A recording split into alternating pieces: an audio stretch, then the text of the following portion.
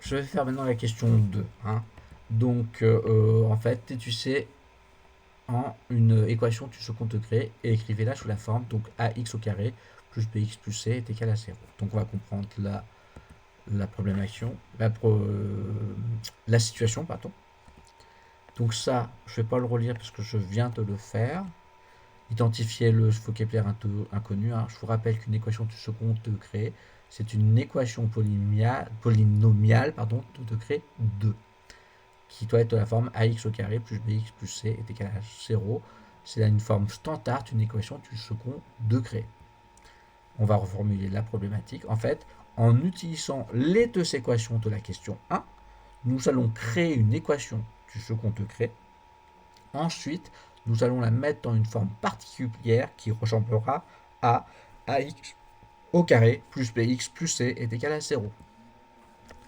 Analyse du problème.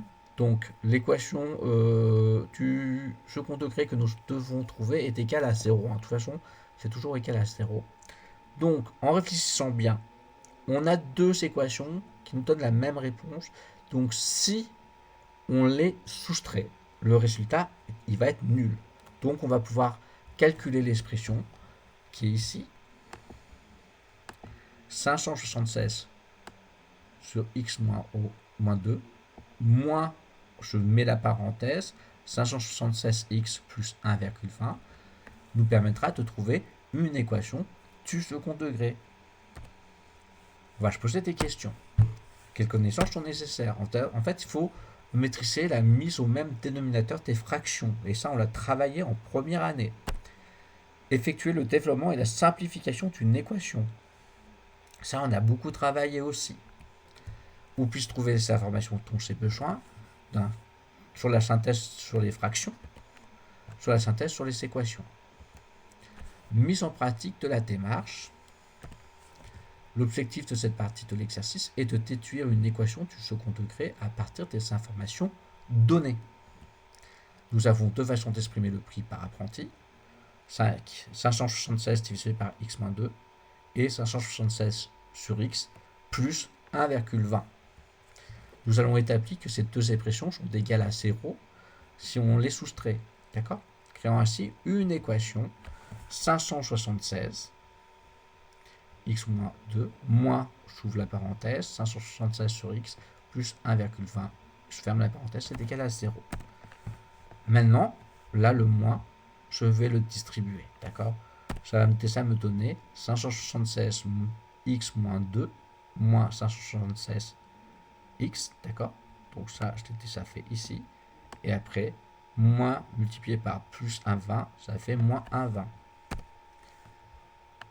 Maintenant, je vais mettre sur le même dénominateur. Je vous rappelle que ici, c'est x moins 2. Pour avoir le même dénominateur, il faut que je le multiplie par x. Si je multiplie en bas, je multiplie en haut. Là, c'est x. Donc, pour avoir le même dénominateur, il faut que je le multiplie par x moins 2. Donc, quand je multiplie en bas, je multiplie en haut. Donc, le 576 ici, je l'ai multiplié par x moins 2. Et maintenant, le 1,20. Et là, le 1,20, il va que je multiplie par toute cette expression-ci. Donc, je l'ai mis en bas ici. Donc, si je multiplie en bas, je vais devoir multiplier en haut. Après, on va simplifier les termes. Hein. En fait, même le 0, là, pour le coup, je pourrais maintenant barrer toute cette partie-là. Comme j'ai le même dénominateur. Et quand il y a 0, quand on multiplie par 0 le même dénominateur, on peut directement le faire. Alors, on va simplifier. Donc, ça me va faire 567x moins 576x moins 2. Donc, c'est ce que c'est ici, d'accord?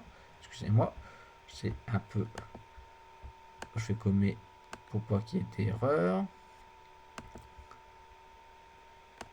Et après, c'est moins 1,2x, x moins 2. Hein. Vous voyez, c'est simple. C'est enlever les dénominateurs. C'est pour ça qu'on veut avoir le même dénominateur. Maintenant, je vais développer l'expression. Ça veut dire que le moins 76, je vais multiplier avec le x.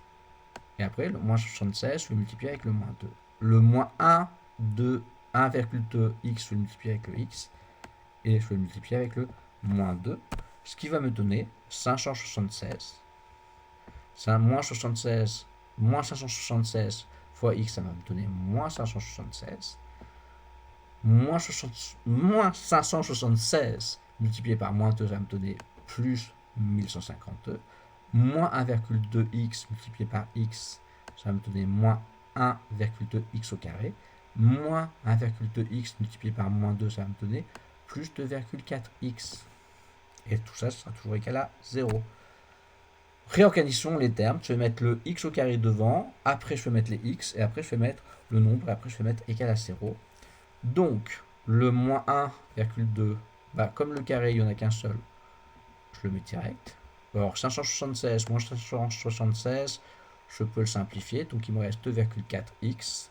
Et le 1152, je peux directement le mettre, c'est égal à 0. Vérification de la cohérence des résultats. Donc là, l'équation que je viens d'obtenir, c'est bien une équation du second degré, puisque le carré, là, c'est le degré le plus fort. Conclusion.